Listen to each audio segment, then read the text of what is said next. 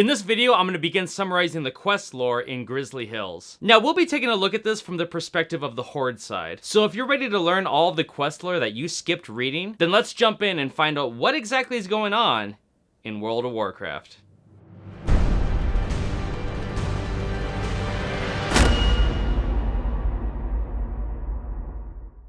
When you start off in Conquest Hold, you speak with Hide Trader Junik. He tells you that Conqueror Krenna put a really tight deadline on him and wants her entire regiment outfitted by week's end. Well, he doesn't have the hide for that, like literal hides from animals. So he says he'll pay you top dollar if you bring back 3 gray warg hides. And you find those by killing the Grey Mist hunters in the woods to the north. Now you run up to Provisioner Lorcran, and he tells you that Krenna regulates the prices that they buy and sell stuff here. So Lorcran does want to make a little profit on the side and feed the grunts as well. Knowing this, he wants you to bring back 5 succulent venison from the Talhorn stags that are nearby. Now you speak with Conqueror Krenna, and she tells you that you're nothing but a cog in a wheel when it comes to your involvement with the Horde. Ouch. And also that she wants to take control over the entire western region, because it's filled with all sorts of resources like lumber, ore, and water. But the Alliance wants that too. And before you can move against them, she wants you to speak with Sergeant Nazgrim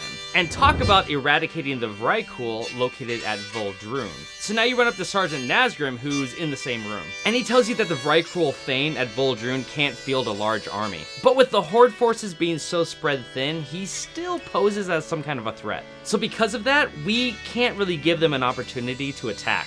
Therefore, we've got to take the attack to them. So Nazgrim wants you to go over there and kill 12 Dragonflayer Huskarls and then return and report. Also, with the Alliance attacking all the time, it doesn't help that the Vrykul are preparing for war. So in order to manage everything, Nazgrim wants you to kill their most powerful fighters, and they ride on half-trained Protodrakes. And when you do, take the talismans that control the Protodrakes, which are created by the Flamebinders. Which I assume you're taking these so that you can control the Protodrakes later on because you need the talisman, but they don't really explain that in the quest lore. It's just an assumption I'm making right now. Now you leave Conquest Hold and make your way north into the forest. Once you get there, you kill stags until you've got all the meat that you need. And while you're up there, you find a small camp and run up to Samir, which if you guys had been running Zul'Aman back in the Burning Crusade, Samir was the guy that you'd run up to and repair all of your gear with. Anyways, basically, this guy is trafficking trolls, specifically the Drakari. And they've got this guy named Bud, who's got this special condition which allows him to mingle with the trolls, which Samir and his team have turned into a game, and it makes them a lot of money. And that game is using Bud to kind of track down the trolls and intermingle with them, and then his crew goes in there and cages up these trolls and sells them off. So we'll get to that quest in a bit, because we're basically gonna do that. Now you head back into the forest and kill the Grey Mist hunters for their hides. After that, you head back into the camp and speak with Bud. Lead him south to where the trolls are located, in which he stuns one of them, allowing you to cage it. Then you return to Samir back at the camp and report. And he says that the cage will be picked up right away, gives you your share of the bounty, and welcomes you to the camp. Now the cage does arrive, and there's a troll in there named Jarkuru, and he kind of wants to speak with you. So this is the troll that you captured down at the south, right? Well, now he's pretty upset, but says that we really should just put our differences aside. And then he cuts his palm on his tusk and extends his hand out to shake on a truce. So you grab the knife next to the cage and speak with him again, making a blood pact by cutting your own hand and shaking on it. And he says that now that you're connected by blood, there's a lot of things that need to be done. Really seems that this relationship is moving pretty fast, knowing that you just made a blood pact with a troll that you met a couple seconds ago. Anyways, basically he wants you to go gather ingredients to make a special elixir,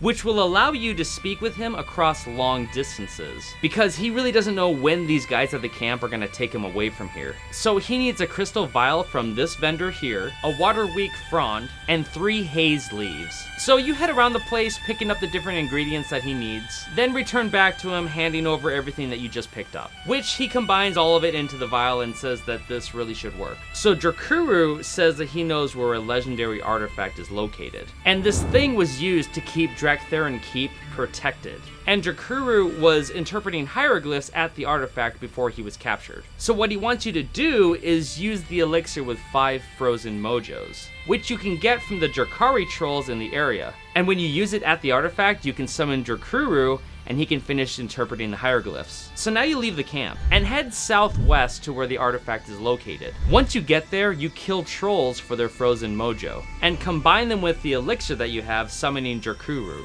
After he reads the writing on the wall, he tells you that to the north is a ziggurat by the name of Zeb Halak. And on there is a stone head with ruby eyes. One of them is the Eye of the Prophets. And apparently he needs this thing for the work that he's doing. So when you get up there, you're gonna have to drink the elixir again. But in order to summon Jerkuru, you need the mojo from Warlord Zimbo, who is hiding in one of the huts nearby. And Jerkuru says that this warlord, it's a shame that he's gonna have to die. But he did swear to protect Draktherin Keep, and he kind of failed at that. So now you head north and make your way to Zeb Halak. Once you get there, you interact with the Stonehead and take the Eye of the Prophet. Kill Zimbo for his mojo, and use it with the elixir at the fire pit, summoning Jerkuru once again. And he says that the Eye will bring his people hope in these dark times. Then he goes on to say that we need to find the next artifact. Jerkuru looks through the ruby and says that the Heart of the Ancients is located to the east, held by a goblin, and he says that you need to get over there before someone else does.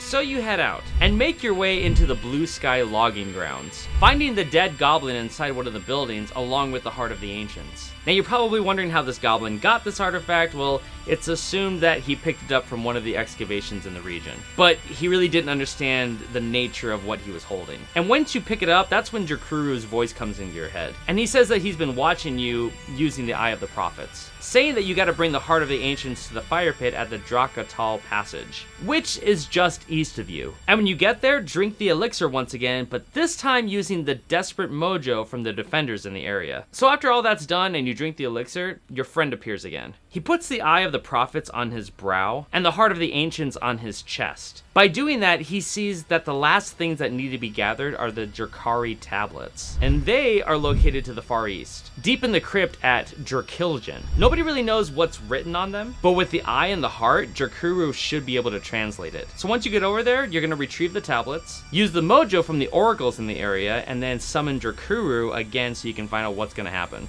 So now you head out and make your way towards the ruins of Drakiljan. Once you get there, you enter the crypt and find the tablets, along with a man in a cage named Harrison Jones. And he says that this isn't a place for you to be hanging around, saying that he'll get us out of here. So you let him out of the cage and you both enter a room where he frees a woman. Then activates something that burns the mummies in the room, but this also summons a large snake which he kills while you fend off all the reinforcements. Then you make your way outside and bid farewell to this guy. We'll most likely see him again in the future. From here you gather the sacred mojo from the oracles. Then you run up to the fire and summon Jerkuru, handing him over the tablets, which he says that now we have all of the components for the cleansing ritual, in which he tells you that you need to enter Draktherin Keep. And once you reach the top, you're to summon him again, using 5 enduring mojos. And once that's done, he'll be able to perform the ritual. But that story, unfortunately, is for another time. So it looks like we have a pretty good start to Grizzly Hills, and this did end in a dungeon quest, so we might have to do a dungeon episode here pretty soon. The whole area is a bit unorganized, but I'm pretty excited to find out what this lore is all about because I've never read any of these quests before. But thank you so much for watching this episode, and before I go, I do want to give a big shout out to the Order of Lore Masters. These are the members of the channel, and I want to thank you so much for your contribution. It really does help out a lot. If you'd like to join the Order of Lore Masters, then go ahead and check out the link down below. And with that, I'll see you guys next week when we find out what's going on in the Tales of Azeroth.